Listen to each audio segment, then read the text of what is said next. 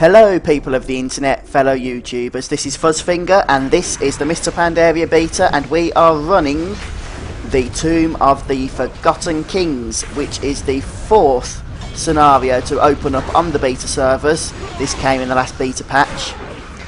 There's nothing really to get from here in terms of rewards. We didn't get any valor points, and I believe you should get a blue item at the end of each scenario run, but we didn't, so I guess all that's yet to be implemented. But as for the scenario itself, all the bosses and trash and everything seem to be in place. By the way, those squares on the floor release a trap, as is the case there by my demonstration, so do not stand on those. You have yellow, blue and red traps. Yellow for lightning, blue release a cold trap, and red of course releases a fire trap. This isn't a difficult place at all. One slightly frustrating thing is that also in the last beta patch, Blizzard now allow add-ons on the server. However, I couldn't seem to get any add-ons to work without constant LUA errors, etc, etc. But it's early days, so I wouldn't expect any different. The only really annoying thing about it is that since the beta patch came back up, all my key bindings are no longer working at all. I press the keys and nothing happens. So I have to use the mouse a little bit more than I would like to. Not that that's really a problem, as I mentioned. This place isn't too difficult at all. There's a couple of bosses. They have about 4 million health, which isn't really that much at this stage of the game at level 90. And to top it all off, on the beta server you can actually get a load of free epic PvP gear, which is, although it has resilience on it, is a lot better than some of the questing stuff you'd probably end up with at level 90. Although I didn't actually get any yet. I only actually found out about it at the start of this instance. So this is the first boss. As you can see, he's not posing too much of a problem.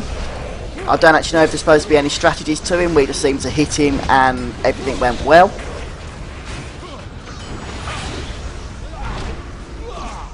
In fact, I think we only actually have one death in this run, and that's not me actually, it's one of these others, which you'll see later on in the boss fight. Could have been avoided, to be honest, but it was still easy enough.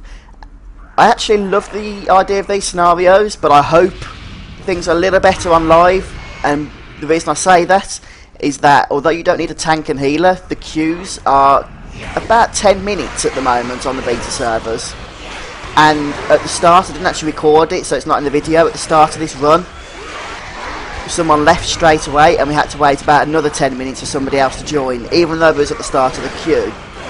So maybe that's just a problem on Blizzard's end, although it's also possible that people just aren't queuing for scenarios, which is unfortunate because they are quite fun and they are quite quick. So I hope that they are popular when the game actually comes out. You probably know how these work now anyway, but basically you have a linear progression of stages which you have to work your way through. Each one tells you a certain set of objectives, or one objective you need to accomplish, and once you do so, then you can move on to the next. And you usually get about 4 or 5 stages in a scenario before the end. So there's the other traps we were talking about earlier. Again, do not stand in those.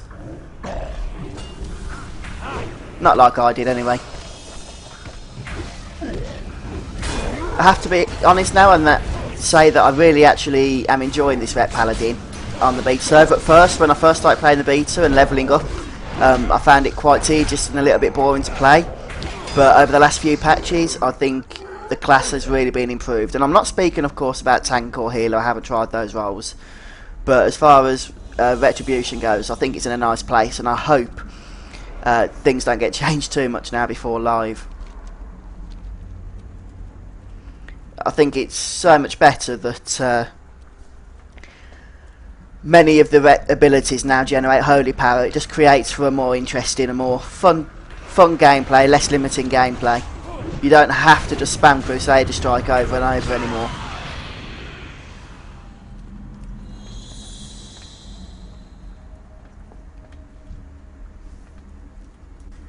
So right now we're on stage 3, which is searching for the source of evil. And if you go on your map, then you can see where the objectives are. It's not really possible to get lost in these scenarios. Blizzard have kept it as simple as possible.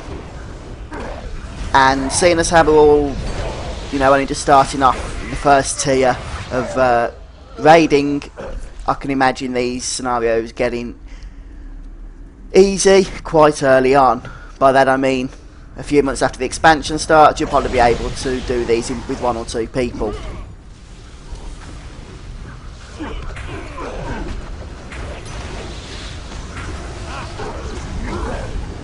A bit of healing doesn't hurt, although you come here with 3 DPS. A lot of classes obviously nowadays do have their own sort of healing abilities and whatnot, so you will probably be using those. But you definitely don't need a dedicated healer.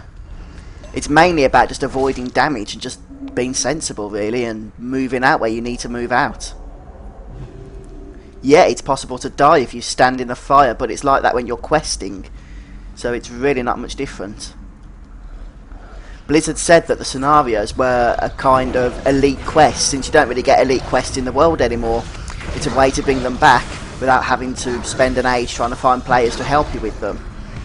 Now you just jump in the queue and hopefully within a minute or so, since you don't need tank or healer, you'll be in the middle of the dungeon. I'm not exactly sure what makes these statues spawn. Since, oh right, okay, yeah, it's when you stand on the trap. So they're probably optional, to be honest. Or maybe you do have to stand on them in order to complete this objective.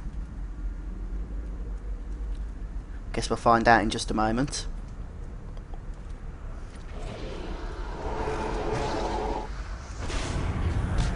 They're not hard to kill, they've got like 300k health.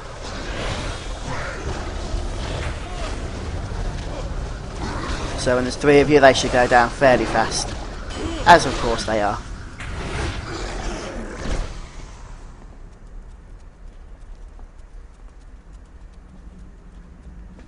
Okay, you don't actually even need to kill them, I don't think, since we left a few up and we still managed to get the quest objective. Or the scenario objective, rather. But now we're on the final stage, so this means there's 4 stages here.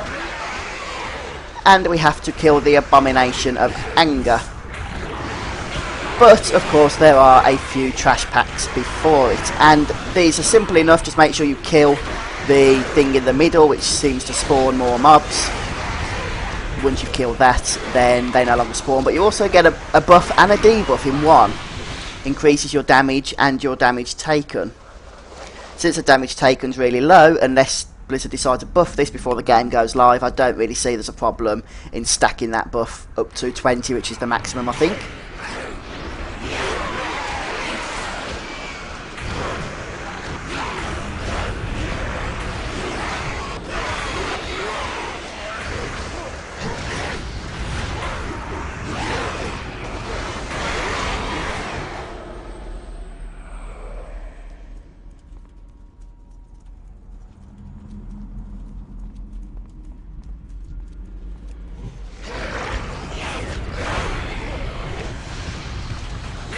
And I believe this is the last trash pack before we move upstairs, where there are a couple more, they only have to go for the one.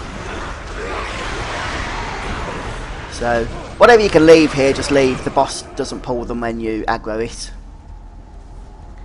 So they are optional if you can get past them.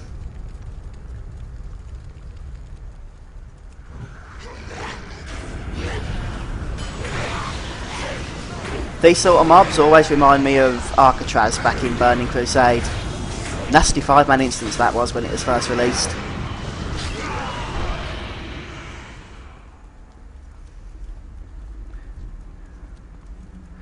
And I was going to err on the side of caution and pull this group in case the boss pulled them, but they pulled the boss anyway, and it didn't. So that's all fine. And this guy is fairly easy. The only ability he does of note is preceded by a warning where you are told to run away. We do, except the gnome decides not to and dies. That's the death I told you about, but still we managed to duo the last half of this boss. This is supposed to be the Abomination of Anger, but if this is Abomination of Anger, I guess Blizzard haven't really met my wife in the morning. Oh, Please don't tell her I said that.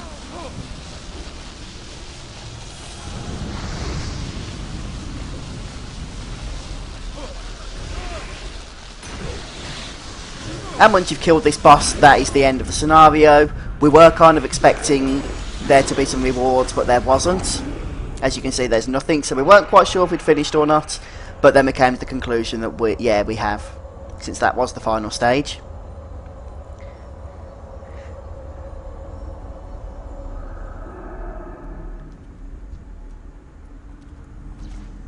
But that's it. That is the Tomb of the Forgotten Kings. I enjoyed it actually. I thought it was a nice little scenario. I'm glad that they only take about 10 minutes. If you haven't got time for a full 5-man dungeon run, then these were a nice thing to do, and you will still get your Valor points for doing them, so they are definitely an option there for you. But then Blizzard's new philosophy is to give Valor points for everything, even if it's not a great amount, just so you could do the content you want to do, whether that be dungeons, raids, scenarios, daily quests, whatever it might be. But that's it until the next scenario, whatever that may be that Blizzard open up. Hopefully it might be the Theramore scenario. I'm looking forward to that one. I think quite a few of us are, since it's been hyped up. Let's hope they get that right. But until next time, I've been Fuzzfinger. Thank you very much for joining me, and I'll see you in the next video.